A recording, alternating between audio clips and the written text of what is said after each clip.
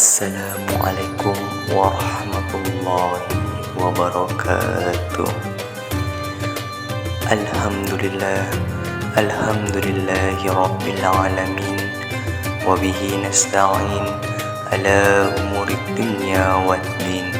Wassalatu wassalamu ala asrafil anbiya'i wal mursalin. Wa ala alihi wa sahbihi ajma'in. Perkenalkan, nama saya Tommy Akil Agustian dengan nomor induk mahasiswa 24301009 dari program studi komunikasi penyiaran Islam. Kali ini saya akan membahas mengenai berwudu dan tayamum. Adapun fardu wudu, yang pertama yaitu niat. Niat yaitu tujuan untuk berbuat atau melakukan dengan motivasi atau dorongan untuk mengikuti perintah-perintah Allah. Para ulama mazhab sepakat bahwa niat itu termasuk salah satu fardu dalam wudu dan tempatnya pada waktu melaksanakan wudu itu. Yang kedua, membasuh muka. Yang dimaksud dengan membasuh muka adalah mengalirkan air pada muka. Ia wajib cukup satu kali saja. Batasannya dari tumbuhnya rambut sampai pada ujung dagu. Syafi'i juga mewajibkan membasahi sesuatu yang di bawah dagu. Imamiyah dan Maliki membatasnya seluas ibu jari dan telunjuk. Mazhab-mazhab yang lain batas membasuh muka itu dari anak kuping kiri ke anak kuping kanan. 4 mazhab kewajibannya itu hanya membasuh muka, sedangkan memulai dari atas itu adalah lebih utama. Yang selanjutnya, membasuh 2 tangan. Kaum muslimin sepakat bahwa membasuh 2 tangan sampai 2 siku-siku satu kali adalah wajib. Imamiyah wajib memulainya dari 2 siku-siku dan batal bila sebaliknya. Sebagaimana Imamiyah mewajibkan mendahulukan tangan yang kanan dari tangan yang kiri. Mazhab-mazhab yang lain yang wajib itu adalah membasuhnya, sedangkan mendahulukan tangan yang kanan dan memulai dari jari jemari adalah lebih utama. Selanjutnya, mengusap kepala. Hambali wajib mengusap semua kepala dan 2 telinga, sedangkan mandi menurut Hambali adalah cukup sebagai pengganti dari mengusap, dengan syarat melewatkan kedua tangannya di atas kepala. Maliki wajib mengusap semua kepala tanpa telinga. Hanafi wajib mengusap seperempat kepala, tetapi cukup dengan memasukkan kepala ke dalam air atau menuangkan air di atas kepalanya. Syafi'i wajib mengusap sebagian kepala sekalipun sedikit, tetapi cukup dengan membasahi atau menyiram sebagai pengganti dari mengusap. Imamiyah wajib mengusap sebagian dari depan kepala dan cukup dengan sangat sedikit sepanjang bisa dinamakan mengusap kepala, tetapi tidak boleh membasahi dan tidak boleh pula menyiramnya. Selanjutnya, kedua kaki. 4 mazhab wajib membasuh semua sampai mata kaki 1 kali. Imamiyah wajib mengusapnya dari ujung jari jemari sampai pada mata kaki. Kesepakatan ulama mazhab boleh mendahulukan yang kanan dari yang kiri. Yang selanjutnya, tertib. Tertib ini berdasarkan keterangan ayat, yaitu dimulai dari muka, lalu 2 tangan, lalu kepala, lalu 2 kaki. Ia wajib sekaligus syarat sahnya wudu. Menurut Imamiyah, Syafi'i dan Hambali, Hanafi dan Maliki tidak wajib tertib dan boleh dimulai dari 2 kaki dan berakhir di muka. Yang terakhir, muwallat, yaitu berurutan antara membasuh anggota-anggota wudu dan apabila telah selesai dari satu anggota lalu pindah atau melakukan pada anggota selanjutnya dengan segera. Imamiyah dan Hambali wajib muwalat. Hanya Imamiyah mensyaratkan tidak sampai kering anggota yang dibasuh itu sebelum melanjutkan anggota sesudahnya. Kalau sampai sering anggota wudhu itu, maka batallah wudhunya dan berarti wajib memulai lagi. Hanafi dan Syafi'i tidak wajib muwalat, hanya dimakruhkan memisahkan dalam membasuh antara anggota-anggota wudhu itu kalau tidak uzur. Bila ada uzur, maka hilanglah kemakruhan itu. Maliki, muwalat itu diwajibkan hanya bagi orang yang berwudu dalam keadaan sadar dan tidak ada tanda-tanda yang menunjukkan bahwa ia tidak sadar. Sebagaimana kalau ia menuangkan air yang dianggapnya untuk wudu, maka kalau ia membasuh mukanya lalu lupa membasuh dua tangannya atau air yang akan dipergunakan untuk wudu itu telah habis, maka kalau mengikuti keyakinannya berarti ia telah melakukan sesuatu yang dibangun di atas keyakinannya sekalipun telah lama. Syarat-syarat wudu. Wudu itu mempunyai beberapa syarat. Di antaranya adalah airnya harus mutlak dan suci dan tidak dipergunakan untuk menghilangkan kotoran dan hadas sebagaimana yang telah kami jelaskan dalam bab air. Juga tidak ada larangan untuk mempergunakan air baik karena sakit atau karena sangat membutuhkannya. Dan anggota-anggota wudhu itu suci.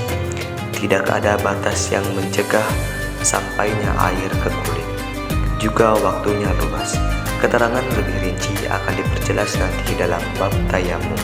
Semua syarat-syarat ini kebanyakan telah disepakati oleh semua ulama mazhab. Sunnah-sunnah wudhu. Sunnah-sunnah wudhu sangat banyak sekali. Di antaranya memulai dengan membasuh kedua telapak tangan, kumur-kumur, dan menghirup air ke dalam hidung lalu dihembuskan. Atau dalam dua hal ini Hambali mewajibkannya. Mengusap dua telinga, di mana dalam hal ini Hambali juga mewajibkannya. Sedangkan Imamiyah tidak memperbolehkannya. Memakai siwak atau sikat gigi dan menghadap kiblat ketika berwudu. Berdoa dan dengan doa matsur dan setiap membasuh muka, tangan sampai 3 kali menurut 4 mazhab.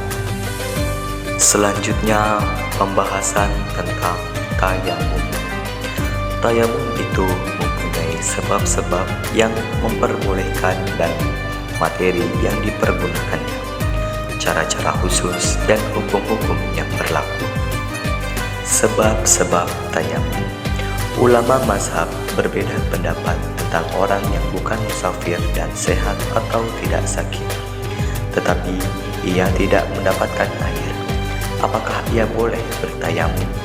Maksudnya, bila tidak ada air, apakah hanya orang yang berbeda dalam perjalanan dan sakit sajalah yang diperbolehkan bertayamum? Atau justru diperbolehkan dalam keadaan apapun, sampai pada waktu sehat dan orang yang bukan berada dalam perjalanannya?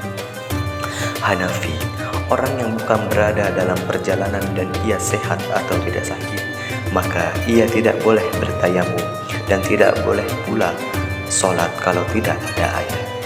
Al-Bidayah wa Al-Nihayah Ibnu Rushd jilid 1 halaman 63 cetakan tahun 1935, dan juga Al-Mughni Ibnu Qudamah jilid 1 halaman 234 cetakan ketiga. Hanafi mengemukakan pendapatnya itu berdasarkan ayat 8 surah Al-Maidah. Bila kamu sakit atau berada dalam perjalanan atau salah seorang di antara kamu tentang dari tempat buang air besar atau jamban, atau menyentuh perempuan atau menyetubuhinya, lalu kamu tidak mendapatkan air, maka bertayamumlah. Ayat di atas jelas menunjukkan bahwa tidak adanya air saja tidak cukup untuk dijadikan alasan untuk boleh tayamum selama orang itu bukan musafir atau sakit. Apabila tayamum itu hanya khusus bagi orang yang musafir dan orang yang sakit, maka orang yang bukan musafir dan ia sehat dalam keadaan yang tidak ada air, ia berarti tidak diwajibkan sholat karena ia tidak suci, dan sholat hanya diwajibkan bagi orang yang suci. Mazhab-mazhab yang lain sepakat bahwa orang yang tidak mendapatkan air wajib bertayamum dan sholat, baik ia dalam keadaan musafir maupun bukan, sakit maupun sehat, berdasarkan hadis yang mutawatir. Tanah yang baik itu dapat sebagai penyuci orang Islam sekalipun tidak mendapatkan air selama 10 tahun. Bahan tayamum. Semua ulama mazhab sepakat bahwa bahan yang wajib dipergunakan tayamum itu adalah tanah yang suci. Berdasarkan firman Allah Subhanahu wa taala, maka bertayamumlah kalian dengan tanah yang suci. Al-Quran surah Al-Maidah ayat 6. Juga berdasarkan hadis Rasulullah SAW, bumi ini dijadikan sebagai masjid atau tempat sujud dan suci. Suci itu adalah orang yang tidak terkena najis, dan ulama mazhab berbeda pendapat tentang arti al-sa'id. Hanafi dan sebagian sekelompok imamiyah memahami arti kata tersebut adalah bumi yang ada di permukaan. Dari itu, mereka, Hanafi dan sebagian sekelompok imamiyah, memperbolehkan bertayamum dengan debu, pasir, dan batu. Hanya mereka melarang bertayamum dengan barang-barang tambang seperti kapur, garam, sulfur, dan lain-lain. Syafi'i memahaminya adalah tanah dan pasir. Dari itu, mereka Syafi'i mewajibkan untuk bertayamum dengan kedua benda tersebut kalau keduanya berdebu. Tetapi kalau bertayamum dengan batu tidak boleh. Hambali memahami arti sa'id itu hanya tanah saja. Dari itu tidak boleh bertayamum dengan pasir dan batu. Kebanyakan dari imamiyah berpendapat seperti pendapat tersebut di atas. Hanya mereka imamiyah memperbolehkan bertayamum dengan pasir dan batu bila dalam keadaan darurat. Maliki memikul rata pengertian kata sa'id itu baik tanah, pasir, batu, es, dan barang tambang. Kalau barang tambang tersebut tidak dipindahkan dari tempatnya kecuali yang dilarang, emas, perak, dan permata, Maliki melarang mempergunakan hal-hal tersebut, emas, perak, dan permata, untuk bertayamum secara mutlak. Cara-cara bertayamum. Semua ulama mazhab sepakat bahwa tayamum itu tidaklah sah kalau tanpa niat. Sampai Hanafi berkata, niat itu adalah merupakan syarat dalam tayamum, bukan syarat dalam wudhu. Menurut mereka, Hanafi, bahwa tayamum itu dapat menghilangkan hadas seperti wudhu dan mandi. Dari itu, mereka membolehkan untuk berniat menghilangkan hadas, sebagaimana berniat untuk dibolehkannya melakukan sholat. Mazhab-mazhab lain berpendapat bahwa tayamum itu membolehkan, bukan menghilangkan hadas. Bagi orang yang bertayamum, hendaknya berniat agar dibolehkan melakukan apa-apa yang disyaratkan bersuci dengannya, bukan berniat melakukan apa-apa yang disyaratkan bersuci dengannya, bukan berniat menghilangkan hadas. Tetapi sebagaimana imamiyah mengatakan bahwa boleh berniat menghilangkan hadas, seperti catatan ia mengetahui kalau tayamum itu tidak menghilangkan hadas. Karena menurut mereka di dalam niat menghilangkan hadas terdapat kezoliman arti dari niat kebolehan atau istibahah.